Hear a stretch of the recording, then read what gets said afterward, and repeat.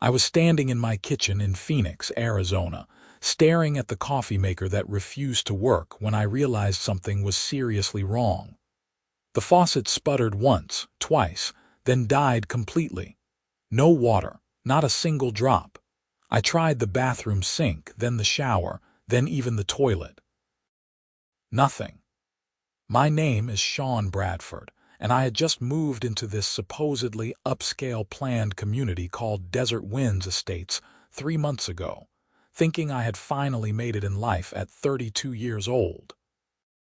The house was beautiful, a modern two-story with solar panels and a small desert garden out front that I had meticulously maintained according to the HOA rules. Those rules were extensive, a thick binder that arrived the day after I closed on the property. I had read through most of it, thinking it was standard stuff about lawn maintenance and noise ordinances. Looking back, I should have paid more attention to the section about HOA authority and enforcement measures. I grabbed my phone and called the water company, Arizona Water Services. A pleasant woman named Jennifer answered after 2 rings. "Hi, I'm at 4287 Seguero Lane, and I have no water at all," I explained, trying to keep the frustration out of my voice. "Let me check your account, Mr. Bradford." I heard keyboard clicks. Oh my. "Sir, it says here that your service was shut off this morning at 8:30 by request of your HOA. "What? My HOA can't just turn off my water. I pay my bills on time. I've never missed a payment." "You're absolutely right, sir. They actually cannot do that. It's illegal in Arizona." "Let me get my supervisor." I waited, feeling my blood pressure rising. After about 3 minutes, a man's voice came on the line. "Mr. Bradford, this is Robert Chen, shift supervisor. I'm looking at your account right now and I need to apologize. One of our technicians received a work order this morning that appeared to be legitimate from your HOA, signed by a Patricia Whitmore, claiming there was unauthorized water usage at your property. The technician shut off your main line at the street. That's insane. I haven't done anything wrong. I don't even have a pool or any special water features. I understand, and I'm very sorry. This is actually a serious legal violation. In Arizona, only the property owner or the water company for non-payment can authorize a service disconnection. Your HOA has no legal authority to do this, period. I'm sending a crew out right now to restore your service. They'll be there within the hour. I'm also flagging your account so this can never happen again without your direct authorization." "Thank you, but what about the HOA? They can't just get away with this." "You're right. I'm going to have our legal department send them a cease and desist letter. What they did is not only against our policies, but also violates state utility regulations. You might want to document everything and possibly consult with an attorney yourself." After hanging up, I sat down at my kitchen table, stunned. What kind of HOA would cut off someone's water?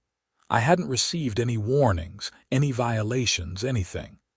I pulled out my phone and started scrolling through my emails, looking for anything from the HOA. There was nothing since last month when they had sent a community newsletter about the upcoming summer events. My doorbell rang 40 minutes later. I opened it to find a man in an Arizona Water Services uniform holding a clipboard. "Sean Bradford, I'm Miguel, here to restore your service. I want to apologize for what happened. This should never have occurred. Thanks for coming out so quickly." Miguel shook his head as he walked toward the water meter. "In 15 years with this company, I've never seen an HOA do something like this. It's not just against policy, it's criminal. They're messing with essential utilities." I followed him to where the water main entered my property from the street. He opened the access panel and started working. "The thing is," he continued, "your shut-off valve at the street is actually city property. Your HOA had no right to even touch this.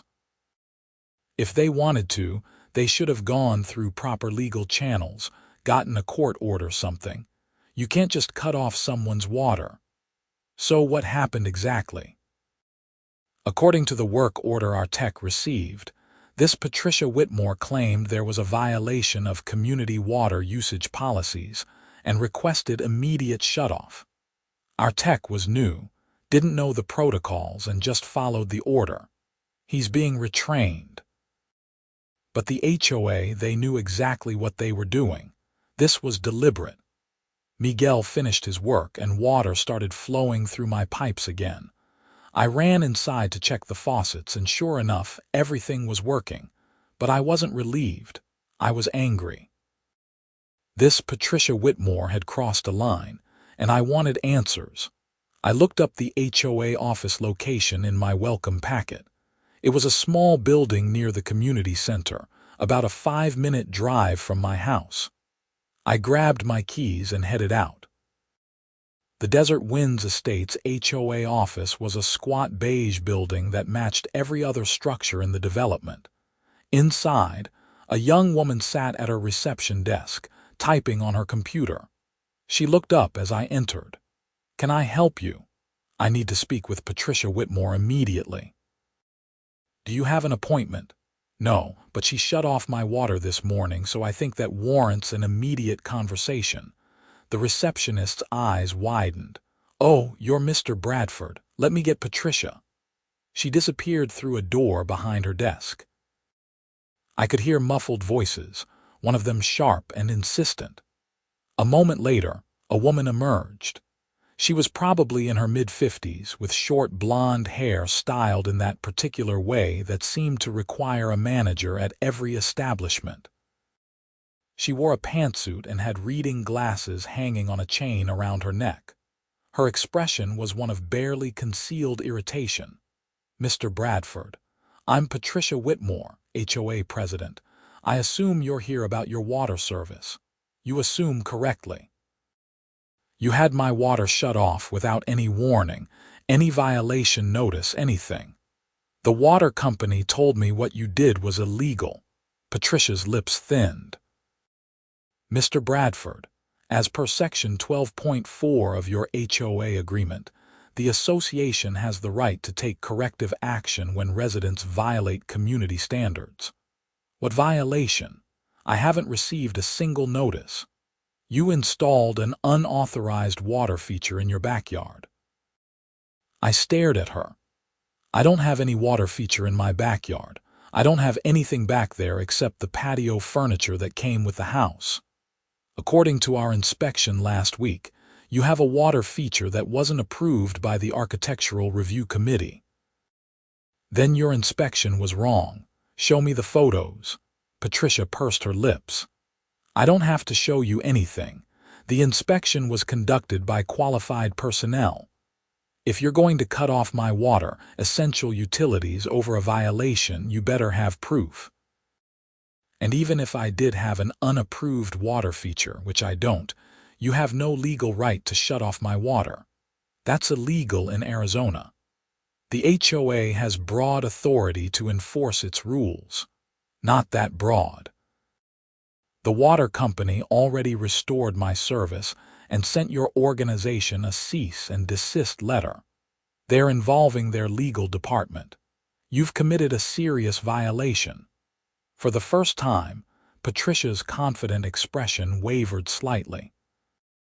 The HOA was acting within its rights to maintain community standards. "Show me the inspection report. Show me the photos of this supposed water feature."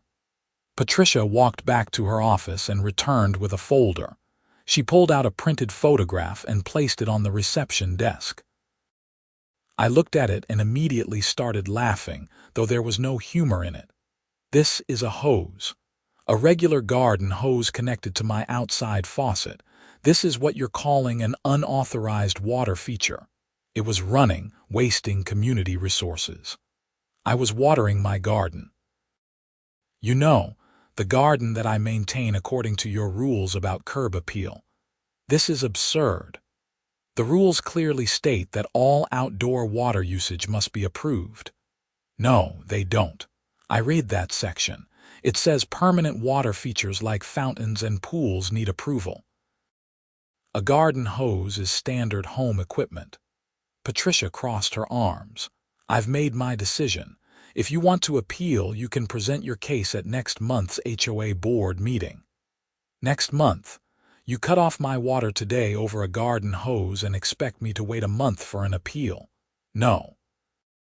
This doesn't work like that. The water company already told me what you did was illegal. I'm going to be filing a complaint with the state and consulting with an attorney. That's your right, Mr. Bradford, but I'd advise you to be careful about making threats against the HOA. We have extensive resources to protect our community. The way she said it felt less like advice and more like a threat. I left the office, my hands shaking with anger. This wasn't about a garden hose or water usage. This was about power and control. Patricia Whitmore had decided to flex her authority, and I had been the target. Back home, I started researching. Arizona law was clear about utilities. I found the statute easily enough. Under Arizona Revised Statutes Section 4286, it was illegal for anyone other than the utility company or the property owner to shut off water service. The only exception was for emergency repairs or court-ordered disconnections for non-payment after proper legal process. An HOA couldn't just decide to cut someone's water. I also found information about HOA authority limits. While HOAs in Arizona had significant power to enforce their rules, they couldn't violate state or federal law. They couldn't deprive residents of essential services. They had to follow their own bylaws and provide proper notice before taking action. I took screenshots of everything and saved the work order from the water company. Then I called a law firm that specialized in HOA disputes. The receptionist scheduled me for a consultation the next morning with an attorney named David Hernandez. That evening, my doorbell rang again. I opened it to find a woman about my age standing there holding a casserole dish. She had dark hair pulled back in a ponytail and an apologetic expression. "Hi, I'm Holly Sanders from next door, number 4289. I heard what happened with your water, and I wanted to bring this over and apologize." "You don't have anything to apologize for." "Actually, I kind of do. I'm the one who told Patricia about your hose." I must have looked confused because she quickly continued. "I didn't mean for any of this to happen. Patricia was walking through the neighborhood last week doing inspections, which she does constantly, and she stopped to talk to me. She saw your hose was on while you were watering your cactus garden, and she asked me if you always left it running. I said I didn't know. I'd only moved in a few months ago myself. I thought it was just conversation. I didn't realize she'd go completely insane and cut off your water. So she used that as an excuse to shut off my utilities. Patricia is obsessed with water conservation. Her family owns some agricultural land outside Phoenix, and she's very vocal about water rights. But what she did to you is insane. Half the neighborhood is talking about it. A lot of people are really upset. We all have garden hoses. We all water our yards. I invited Holly in, and she put the casserole in my fridge. We sat in my living room, and she told me about her experiences with the HOA. Patricia's been president for 3 years. Before that, the HOA was pretty reasonable. They enforced the rules but weren't crazy about it. When Patricia took over, everything changed. She started doing weekly inspections, sending out violation notices for tiny things like mailbox angles and garage door colors that were slightly off. A couple who lives 2 streets over got a violation because their porch light was the wrong shade of white. This is like a nightmare. It is. A lot of people have complained, but she always has support from 2 other board members, Dennis and Sharon. They vote as a block, so nothing ever changes. Some residents have moved out because of her. The problem is, most people don't want to fight because they're worried about property values and creating conflict. They just try to stay under the radar. Well, I'm not doing that. What she did was illegal. I'm meeting with a lawyer tomorrow. Holly smiled. Good. Someone needs to stand up to her. If you need any statements or testimony about what happened, let me know. I'll help however I can. After Holly left, I spent the rest of the evening documenting everything. I wrote down a timeline of events, saved all my emails, and took photos of my backyard showing the complete absence of any water features except the standard hose connection. The next morning, I drove to the law office of Hernandez and Associates in downtown Phoenix. The building was modern glass and steel, and the reception area had the kind of expensive furniture that told you the lawyers here were successful. David Hernandez met me in a conference room. He was probably in his 40s, dressed in a sharp suit, and had the calm confidence of someone who had handled cases like mine many times before. "Mr. Bradford, tell me what happened." I walked him through everything, from discovering my water was shut off to my confrontation with Patricia Whitmore. David listened carefully, taking notes. "This is one of the more egregious HOA violations I've seen recently," he said when I finished, "and I've seen a lot. What Patricia Whitmore did wasn't just against HOA regulations or your CC and Articus. It was criminal. Criminal. Yes. In Arizona, intentionally disrupting utility services can be charged as criminal mischief or criminal damage, depending on the circumstances. It's a Class 6 felony if it interferes with the provision of essential services. What she did could result in criminal charges. I didn't even think about criminal charges. I just wanted my water back and to make sure she couldn't do this again. We'll definitely ensure that. But Mr. Bradford, I think you should consider pushing this further. If we let HOA presidents think they can shut off people's water over garden hoses, what's next? Cutting electricity because they don't like your light bulb choices. This needs consequences. What do you recommend? First, we'll send a formal demand letter to the HOA and Patricia Whitmore personally, outlining the legal violations and demanding they cease all harassment. Second, we'll file a complaint with the Arizona Department of Real Estate, which oversees HOA regulations. Third, and I think this is important, we should contact the Phoenix Police Department and file a report for the criminal violation. Let them investigate. Will that actually go anywhere? It might. The Phoenix PD has a fraud and white-collar crime unit that handles cases like this. At minimum, it creates an official record. At best, they press charges. Either way, it sends a message that this behavior has serious consequences. Let's do it. All of it. David smiled. Good, I'll draft the demand letter today. It'll go out certified mail tomorrow. As for the police report, you can file that yourself. I'll give you a summary of the relevant statutes to bring with you. I left the law office feeling like I had an ally. This wasn't just about my water anymore. It was about accountability. That afternoon, I drove to the Phoenix Police Department's Northeast Precinct and asked to file a report. The officer at the desk, a young woman named Officer Martinez, listened to my story with increasing interest. "So your HOA president shut off your water at the main line?" "Yes." The water company confirmed it was done by her request and that it was illegal. "Do you have documentation?" I showed her everything. The work order from the water company, the photos Patricia had used as justification, my research on Arizona utility law, and the timeline I'd created. Officer Martinez read through it all carefully. "This is actually pretty serious.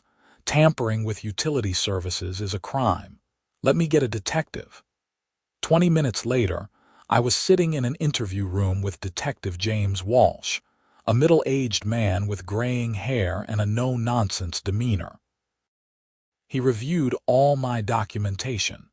"Mr. Bradford, I'm going to open an investigation into this. What Patricia Whitmore did appears to violate several statutes. I'll need to get statements from the water company, review the work order, and interview Miss Whitmore. This might take a few weeks, but I want you to know we're taking it seriously." "Thank you. I just don't want her to do this to anyone else." "Understood. If she contacts you or takes any retaliatory action, document it and call me immediately." He handed me his card. I left the police station feeling validated.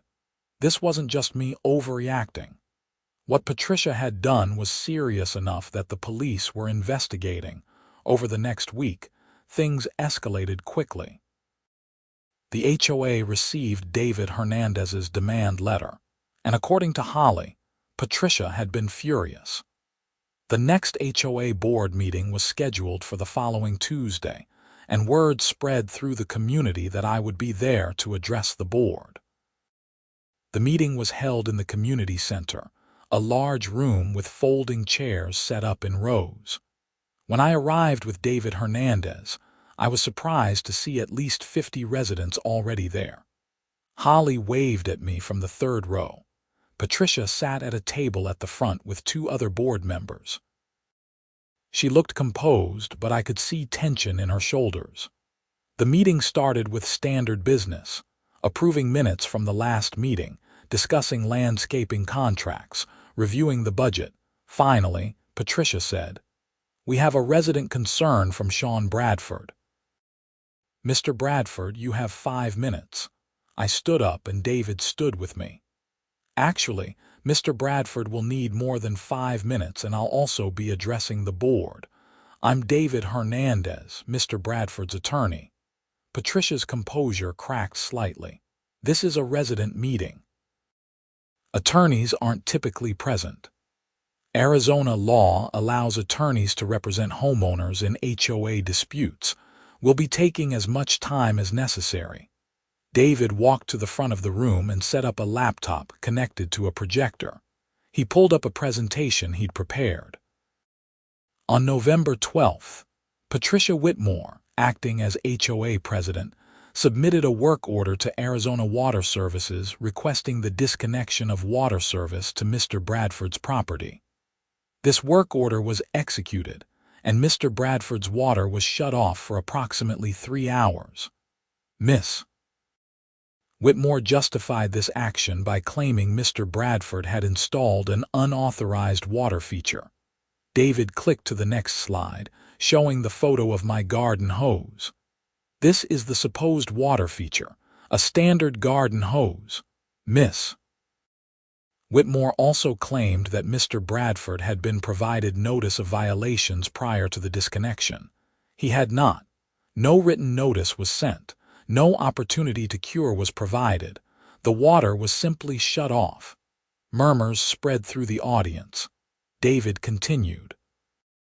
Under Arizona Revised Statutes Section 4286, utility services cannot be disconnected except by the utility company for non-payment following proper legal process, or by the property owner.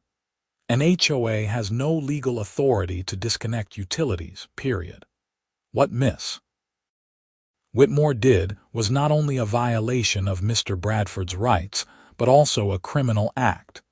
Mr. Bradford has filed a police report, and the Phoenix Police Department is currently investigating this as criminal mischief. Patricia stood up. "This is ridiculous.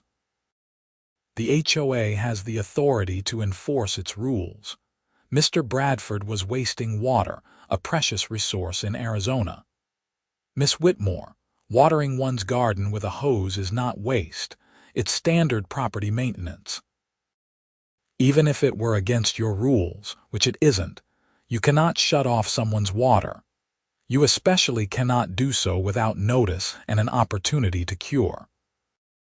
The CC and RTCS for this community, which I've reviewed in detail, require written notice and a 30-day cure period before any enforcement action. You violated your own rules and state law. One of the other board members, a man I assumed was Dennis, spoke up. We were acting in the best interest of the community. Water conservation is important. David turned to him. Then you should have sent a letter asking residents to be mindful of water usage. You should have organized a community education program. You should have done 100 things other than illegally shutting off someone's water. What you did was an abuse of power. Holly stood up from her seat. I want to say something. Patricia's been harassing people in this community for years. She sends out violation notices for things that aren't even in the CC and Articus. She does inspections constantly and looks for any excuse to fine people. I've been afraid to say anything because I didn't want to be targeted, but after what happened to Sean, I'm done being quiet. Another resident stood up. I got a violation last month because my garage door was supposedly the wrong color. I had it painted the exact color from the approved list. Patricia made me repaint it anyway and charged me a $500 fine. More people started speaking up.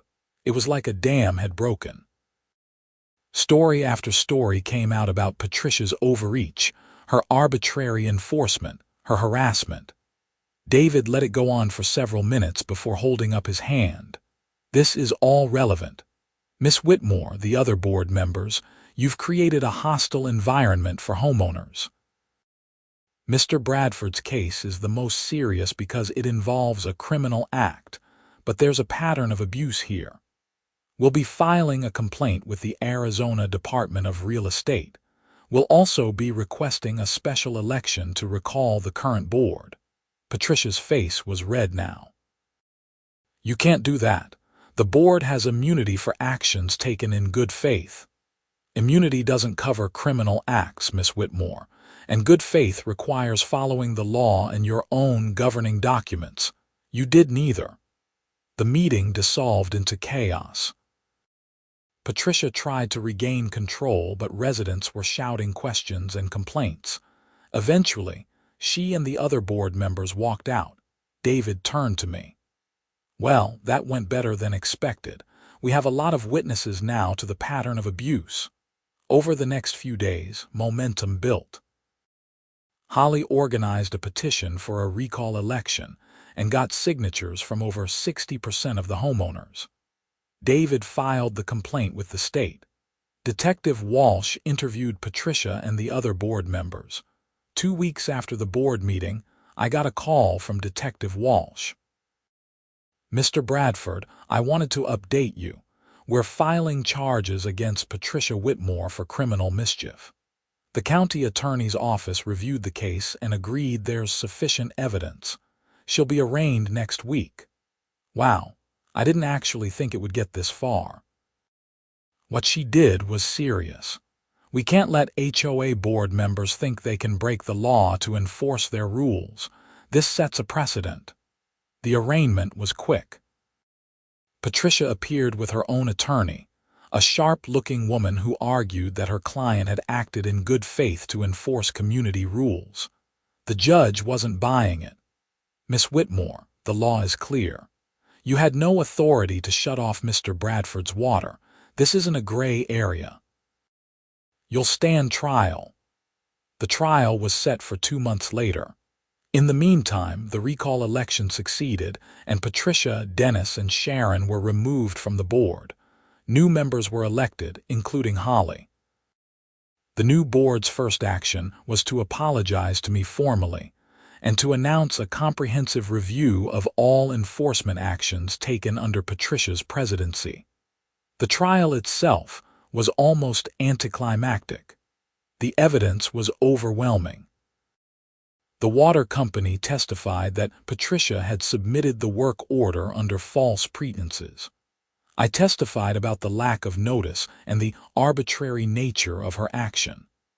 David presented evidence of the pattern of harassment and abuse of power. Patricia's attorney tried to argue that her client genuinely believed she had the authority to enforce water usage rules, but the prosecutor demolished that defense.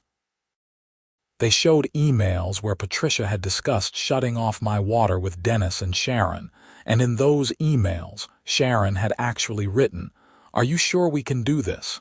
It seems extreme." Patricia had responded, "We need to make an example. People need to know the board means business." That email sealed her fate. It showed intent and premeditation. The jury deliberated for less than 2 hours before finding Patricia guilty of criminal mischief. At sentencing, the judge was stern. "Miss Whitmore, you abused a position of trust. HOA boards are supposed to serve their communities, not terrorize them. You took it upon yourself to deprive Mr. Bradford of an essential service over a garden hose. This was vindictive and illegal." Patricia was sentenced to 6 months in jail, suspended to 90 days, 2 years of probation, and 500 hours of community service. She was also ordered to pay restitution to me for my legal fees and to the water company for their costs in investigating and remedying her illegal action. But the fallout went beyond Patricia. The state's investigation revealed that she had also misappropriated HOA funds to pay for personal expenses, including her inspections, which she had billed as consulting fees to a company she owned. Additional charges were filed, and eventually, Patricia pleaded guilty to embezzlement. Her total sentence ended up being 18 months in county jail. The new HOA board, led by Holly as president, completely revamped the community's approach. They reduced fees, eliminated arbitrary inspections, and focused on actual community improvement rather than harassment. Violation notices were only sent for genuine issues that affected safety or property values, and every notice included a clear cure period and appeal process. 6 months after everything started, I was sitting on my back patio, using my garden hose to water my cactus garden when Holly came over. "Sean, I wanted to thank you again. If you hadn't stood up to Patricia, she'd still be terrorizing everyone. I just wanted my water back." "You did more than that. You showed everyone that HOAs aren't above the law. We've had 3 other communities reach out asking how we reformed our board. You started something bigger than you probably realize." I smiled. "All over a garden hose." All over a garden hose and a woman who thought power meant control instead of service. The community's better now. People actually like living here again. That evening, I got an email from David Hernandez. The subject line read, "Final update. Sean, wanted to let you know that the Arizona Department of Real Estate has issued new guidance to all HOAs in the state, clarifying that utility disconnections are strictly prohibited except through proper legal channels." They cited your case specifically. "You've literally changed state policy." Well done. I sat back and thought about everything that had happened. It started with me having no water for 3 hours. It ended with criminal convictions, a reformed HOA, and state policy changes. All because Patricia Whitmore decided that a garden hose was worth shutting off someone's water. The Desert Winds Estates community was thriving now. Property values had actually increased since the board changes because people wanted to live in a place with reasonable governance. The community center hosted regular events that people actually attended. Neighbors talked to each other without fear of being reported for imaginary violations. One afternoon, about a year after everything had happened, I was washing my car in my driveway when a young couple walked by with a real estate agent. They were clearly touring the neighborhood. The agent saw me and waved. "Excuse me, do you live here?" "I do. For about a year and a half now." "What's the HOA like?" "My clients are concerned because they've had bad experiences in their current community." I smiled. "The HOA here is great. They're reasonable, responsive, and they actually care about making this a good place to live. They follow the law and their own rules. You won't get violation notices for ridiculous things." The couple looked relieved. "That's so good to hear." Our current HOA president tried to fine us for having the wrong color flowers in our garden. Well, you won't have those problems here. Our board learned some hard lessons about how not to run an HOA.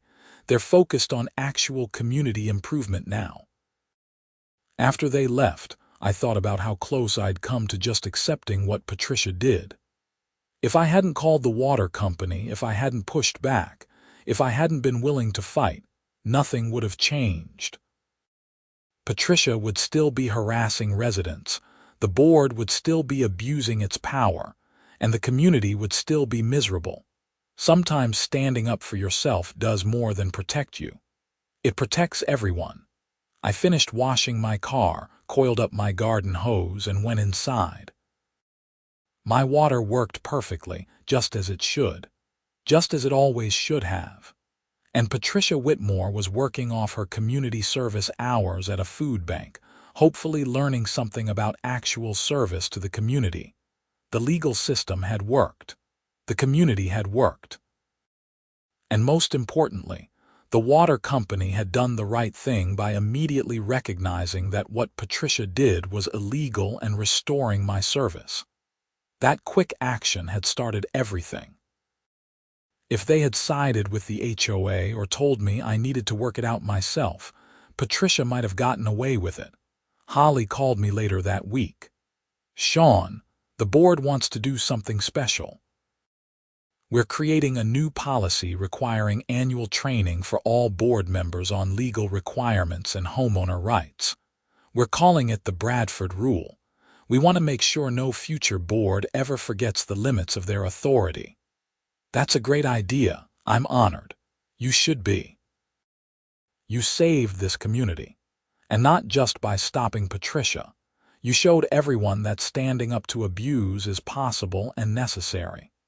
A lot of people in HOAs across the country just accept terrible treatment because they think they have no choice. You proved they do. The Bradford Rule was adopted unanimously at the next board meeting. Every new board member had to complete training on Arizona HOA law, homeowner rights, proper notice and enforcement procedures, and the limits of board authority. The training included case studies, and my situation was used as an example of what not to do. Other communities started adopting similar policies. David told me he'd been contacted by attorneys in other states asking about the case and how to use it as precedent. Arizona wasn't the only state where HOAs had been overreaching, and my case was becoming a model for how to fight back.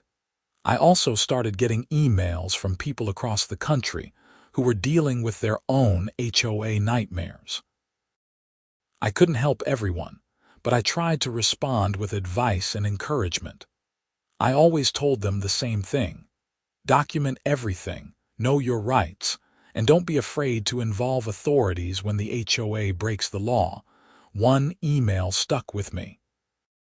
It was from a woman in Nevada whose HOA had shut off her electricity because they didn't like her holiday decorations. She had read about my case and filed a police report. The HOA president in her community was now facing similar charges to what Patricia had faced. "Thank you for fighting," she wrote. "Reading about your case gave me the courage to stand up. I thought I was alone. Now I know I'm not." That was the real victory, not the criminal conviction, not the reformed HOA board, not even the state policy changes. It was knowing that other people felt empowered to defend their rights. Patricia served her jail time and moved out of state after her release. I heard through the community grapevine that she was living in New Mexico with family. I hoped she had learned something, but I doubted it. People like Patricia rarely saw themselves as the problem. Dennis and Sharon, the other board members who had supported Patricia's actions, quietly moved out of Desert Winds Estates. They weren't charged with crimes because there wasn't enough evidence they had actively participated in the water shutoff, but they were named in the civil complaints and the state investigation. They settled with the HOA for undisclosed amounts. The new board recovered over $50,000 in misappropriated funds from Patricia's fake consulting company. That money was used to upgrade the community center and improve landscaping throughout the neighborhood. Every time I drove past the new playground they built, I thought about how that was purchased with money Patricia had stolen. At least it was being used properly now. My lawyer, David, and I stayed in touch. He told me that HOA law was experiencing a shift across the country. More states were implementing oversight and accountability measures. Homeowners were pushing back against overreach. Attorneys were taking more cases and winning. "You were part of a movement," David told me over coffee one afternoon. "HOAs have been operating with minimal oversight for decades. People are finally saying enough is enough. Your case was high profile because of the criminal charges and because of how egregious Patricia's actions were. It became a rallying point. I just wanted my water turned back on," David laughed. "And you got that. Plus a reformed community, criminal justice, policy changes, and a movement. Not bad for a Tuesday morning." Looking back, the whole experience taught me important lessons about power, accountability, and community. HOAs aren't inherently bad. They serve legitimate purposes, maintaining property values and community standards. But they need checks and balances like any organization with authority over people's lives. Patricia Whitmore forgot that she was supposed to serve the community, not rule it. She saw herself as an enforcer, a guardian of standards, when she should have been a facilitator and a representative. The moment she decided her authority was more important than people's rights and well-being was the moment she became a tyrant. And tyrants, even small-scale neighborhood ones, need to be stopped. 2 years after the water incident, Desert Winds Estates was barely recognizable as the same community. The physical appearance hadn't changed much, but the atmosphere was completely different. People were friendly. Block parties were common. The community center actually hosted activities people wanted to attend. The board operated transparently, posting all meeting minutes and financial reports online. Holly was up for re-election as HOA president, running unopposed. Everyone loved how she had transformed the board from an enforcement body into a service organization. Violation notices were down 90%, not because people were violating rules, but because Holly and the board had eliminated stupid rules and focused on things that actually mattered. I was sitting in my backyard one Saturday afternoon, reading a book when my phone rang. It was a number I didn't recognize with a New York area code. "Is this Sean Bradford?" "Yes, who's this?" "My name is Rebecca Torres. I'm a producer for a podcast called HOA Horror Stories. We cover homeowner association abuses and reform efforts across the country. I'd love to interview you about your experience with Patricia Whitmore and the Desert Winds Estates, HOA. I had done a few local interviews for news stations in Phoenix, but this was the first national media request. What would the interview involve? We'd talk about what happened, how you fought back, and the impact your case has had. We've been following the policy changes in Arizona and the reform movement in HOAs nationwide. Your case keeps coming up as a catalyst. We think our listeners would be really interested in hearing your story directly." I agreed to the interview. It was recorded over Zoom a week later and aired the following month. The response was overwhelming. I got hundreds of emails and messages from people sharing their own HOA nightmares and thanking me for speaking out. One message came from a state legislator in Colorado who was drafting HOA reform legislation. "Your case demonstrated the need for clear limits on HOA authority," she wrote. "We're using it as an example in our legislative push. Would you be willing to provide written testimony?" I provided the testimony, and 6 months later, Colorado passed comprehensive HOA reform legislation that included explicit prohibitions on utility disconnections and required board member training. The bill was nicknamed Sean's Law by advocates, though that name didn't make it into the official legislation. The podcast interview also led to a book deal. A publisher contacted me asking if I'd be interested in writing about my experience and broader HOA reform issues. I spent 6 months working with a co-author who specialized in legal and real estate topics, and we produced a book called Watering the Garden: How I Took Down a Tyrant HOA and Sparked a Reform Movement. The book wasn't a bestseller, but it sold steadily. More importantly, it became a resource for people fighting their own HOA battles. I included practical advice, legal information, and resources for homeowners. The appendix had sample letters, relevant statutes by state, and a list of attorneys who specialized in HOA cases. David wrote the foreword. "Sean Bradford didn't set out to change the world," he wrote. "He just wanted to water his garden. But when faced with illegal abuse of power, he chose to fight back. In doing so, he reminded us all that tyranny, even on a small scale, requires resistance." This book is a testament to the power of one person standing up for what's right. 3 years after the water incident, I was invited to speak at a national HOA reform conference in Washington, D.C. The conference brought together homeowners, attorneys, legislators, and HOA board members who were interested in best practices and reform. My panel was titled, "When HOAs Break the Law: Case Studies in Accountability." I was joined by 2 other homeowners who had fought similar battles, an attorney who specialized in HOA litigation, and surprisingly, a former HOA president who had been removed from her board after a corruption scandal and had since become a reform advocate. I told my story to an audience of about 300 people. When I finished, the questions came flooding in. How did you find the courage to fight back when so many people just accept HOA abuse? I was angry. Patricia Whitmore had crossed a line, but also I had resources. I could afford an attorney.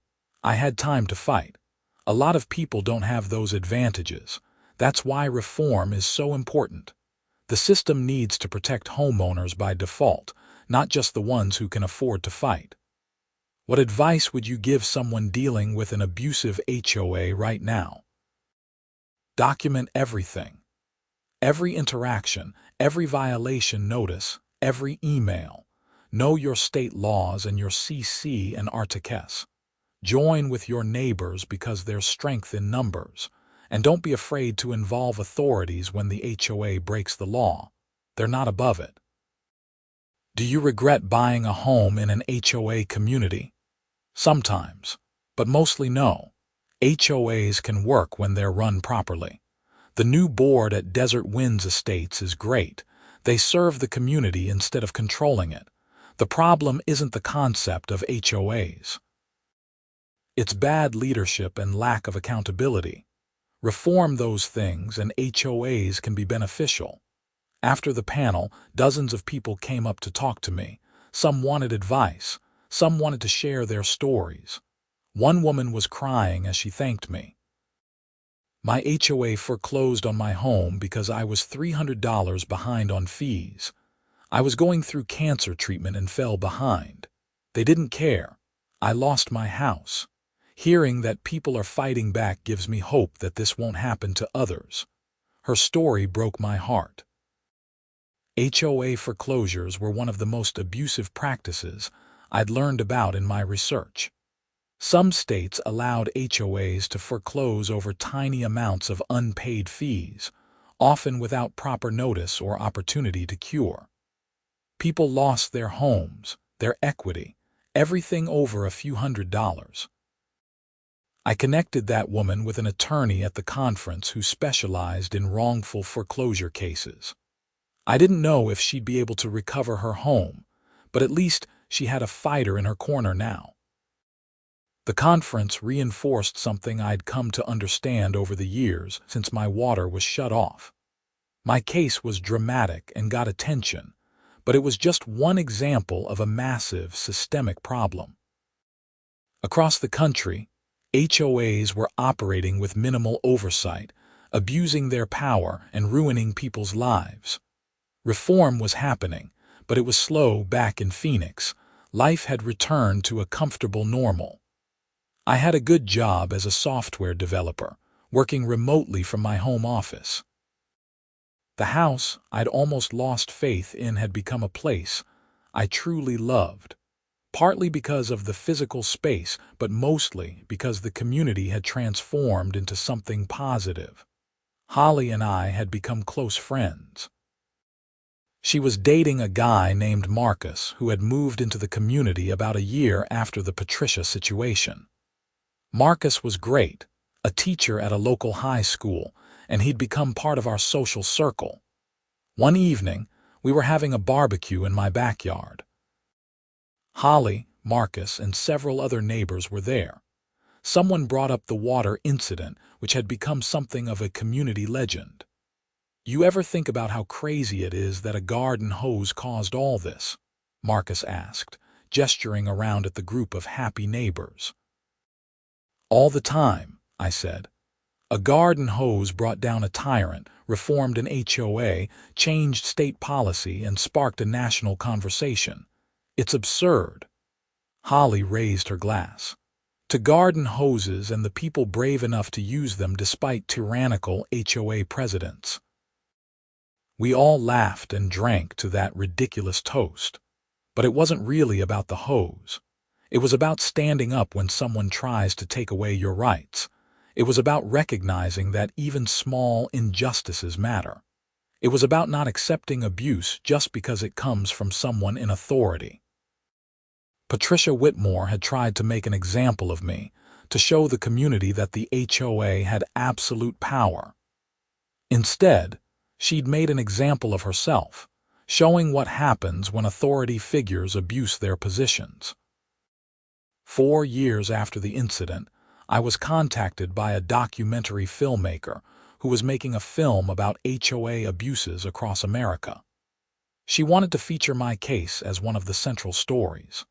I agreed, and spent several days being interviewed and filmed.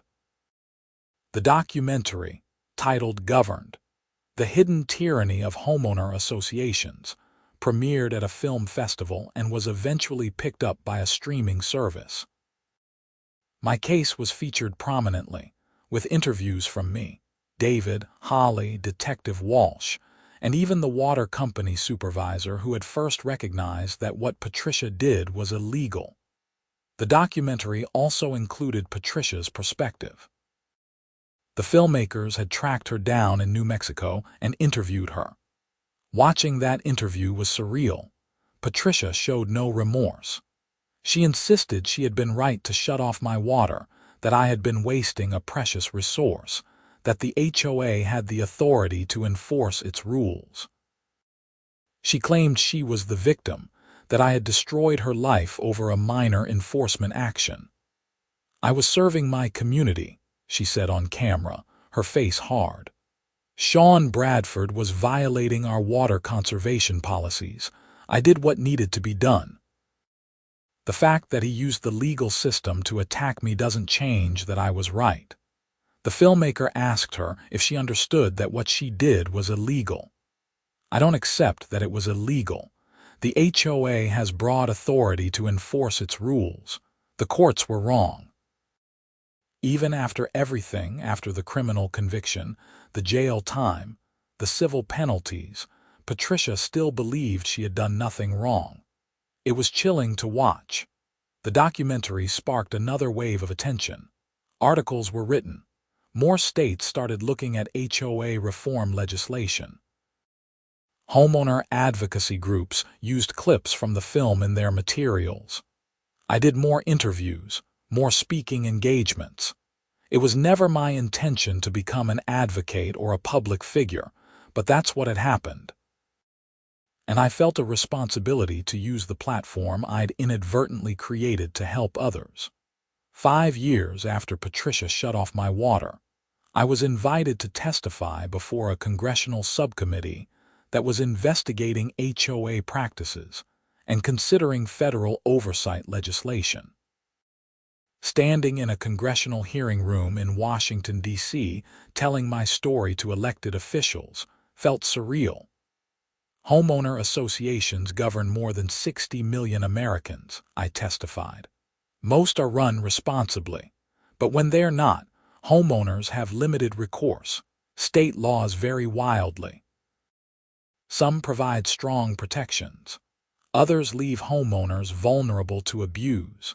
Federal standards would ensure that regardless of where you live, your basic rights are protected. The legislation was still pending when I finished my testimony, and I knew that even if it passed, it would likely be watered down. But the fact that Congress was even discussing HOA oversight was progress. Back home in Phoenix, Desert Winds estates continued to thrive. The community had grown, new homes had been built, and the HOA maintained its reformed approach. Holly had served 3 terms as president and was now transitioning leadership to someone else, confident that the culture of service and accountability was firmly established. One evening I was watering my garden and a new resident walked by with his dog. He stopped and smiled. "You're Sean Bradford, right? The guy who took down the evil HOA president," I laughed. "That's a dramatic way to put it, but yes. I just wanted to say thank you. I read about what happened here before I bought my house. The fact that this community addressed its problems and reformed made me want to live here. A lot of places try to hide their issues. You all faced yours and fixed them." After he left, I thought about that conversation. The incident that had started with me having no water for 3 hours had become a defining part of this community's identity. But more than that, it had become a symbol of accountability and reform. Desert Winds Estates wasn't perfect. No community is. But it was a place where residents felt safe speaking up, where the board served rather than ruled, where rules existed to maintain the community rather than to control people. And I could water my garden whenever I wanted, with whatever hose I chose to use, without fear of arbitrary punishment.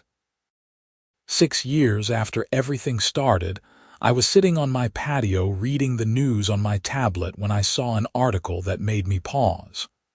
Patricia Whitmore, former HOA president, arrested for harassment. I read the article carefully. Patricia had apparently joined the HOA board of her new community in New Mexico and had quickly returned to her old patterns. She'd been sending threatening letters to residents, creating arbitrary rules, and attempting to fine people for minor violations. One resident had complained to police, and during the investigation, they discovered Patricia's history in Arizona. She was now facing harassment charges and had been immediately removed from her new HOA board. The article quoted one of her neighbors. She acted like she owned the place. She'd walk through people's yards doing inspections without permission. She sent violation notices for things that weren't even in our rules. When someone told her about her history in Arizona, we all started complaining to the board and the police. I felt a mixture of vindication and sadness reading that. Vindication because it confirmed that Patricia had been the problem, not me or the Desert Winds Estates community. Sadness because she clearly hadn't learned anything and was now terrorizing a new group of people. I forwarded the article to David, who replied within an hour. "Leopards don't change their spots. But at least her new community caught on faster than yours did, probably because her history was public. Hopefully, she'll finally face enough consequences to stop. I doubted it. People like Patricia rarely changed, but at least her pattern was documented now. Any future HOA would be able to look up her history and refuse to let her serve on a board. 7 years after the water incident, I got an email from a law professor at Arizona State University. She was teaching a class on property law and HOA governance and wanted to use my case as a teaching example. She asked if I'd be willing to come speak to her class. I visited the class on a Tuesday afternoon. About 40 law students listened as I told the story they'd already read in their casebooks, but this time from my personal perspective rather than from legal opinions and court documents. "What strikes me most about your case," one student said during the Q&A, "is how a small thing escalated into something with nationwide impact. Do you think that would have happened if you hadn't fought back?" "Absolutely not," I said. "If I just accepted what Patricia did, she'd have continued abusing her power. The community would have stayed miserable. No policy changes would have happened. Sometimes one person standing up really does make a difference, but it's hard. It takes time, money, and emotional energy. That's why systemic reform is so important. People shouldn't have to fight as hard as I did to have their basic rights respected." The professor nodded. "That's the central tension in HOA law. We grant these private organizations significant power over people's homes and lives, but we don't always provide adequate oversight or recourse when that power is abused. Cases like yours help us understand where the boundaries should be." After the class, several students came up to talk to me. One was particularly interested in HOA reform as a career focus. "I grew up in an HOA community where the board was terrible," she said. "My parents almost lost our house because they couldn't afford to fight. Your case showed me that this is an area where lawyers can make a real difference." I gave her my contact information and told her to reach out when she graduated. The reform movement needed passionate attorneys. 8 years after Patricia Whitmore shut off my water over a garden hose, I was living a good life. My career was going well. My home was comfortable and appreciated in value. The community I lived in was genuinely pleasant. I had good friends and meaningful relationships, but I also had a constant stream of emails and messages from people dealing with their own HOA nightmares. I tried to help when I could, offering advice, connecting people with attorneys, sharing resources. It was exhausting sometimes, but it also felt important. One message stood out. It was from a man in Florida whose HOA had shut off his water for reasons similar to mine. He'd filed a police report citing my case. The HOA president had been charged with criminal mischief. He wrote, "I never thought I'd be in this situation, but knowing that someone else had fought this fight and won gave me the courage to stand up. Thank you." That message reminded me why all of it mattered. The interviews, the speaking engagements, the book, the testimony, all of it. Because every time someone stood up to HOA abuse, it made it a little bit easier for the next person to do the same. Patricia Whitmore had tried to make me an example of the HOA's power. Instead, I'd become an example of what happens when you refuse to accept abuse. And that example had rippled outward, inspiring others, changing policies, and slowly shifting the culture around HOA accountability. All because one morning I turned on my kitchen faucet and nothing came out. All because a middle-aged woman with too much power and too little empathy decided that a garden hose was worth shutting off someone's water. All because I decided that illegal was illegal, regardless of who was doing it. Looking back, I wouldn't change anything. The experience was stressful and time-consuming and occasionally infuriating, but it mattered. It made a difference. And every time I walked outside and picked up my garden hose to water my carefully maintained desert plants, I was reminded that standing up for your rights, even over something as simple as water, is always worth it. The garden I'd been watering 8 years ago when this all started had grown. The cacti were larger, healthier, more established. They thrived in the Arizona heat because I took care of them properly, because I had access to water, because no one could arbitrarily take that away from me anymore. Patricia Whitmore was out there somewhere, hopefully having finally learned her lesson, but probably not.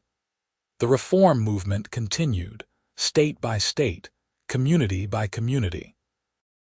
HOAs were slowly being held more accountable, homeowners were learning their rights, and the balance of power was shifting toward fairness. And me? I was just a guy living in Phoenix, Arizona, with a nice house, good neighbors, and a garden hose I could use whenever I wanted. That's all I'd ever wanted. Everything else that happened was just the consequence of refusing to accept injustice. Sometimes the smallest acts of resistance create the biggest changes. Sometimes standing up for yourself means standing up for everyone. And sometimes the most important battles are fought over the most ordinary things, like a garden hose and the right to have water in your home.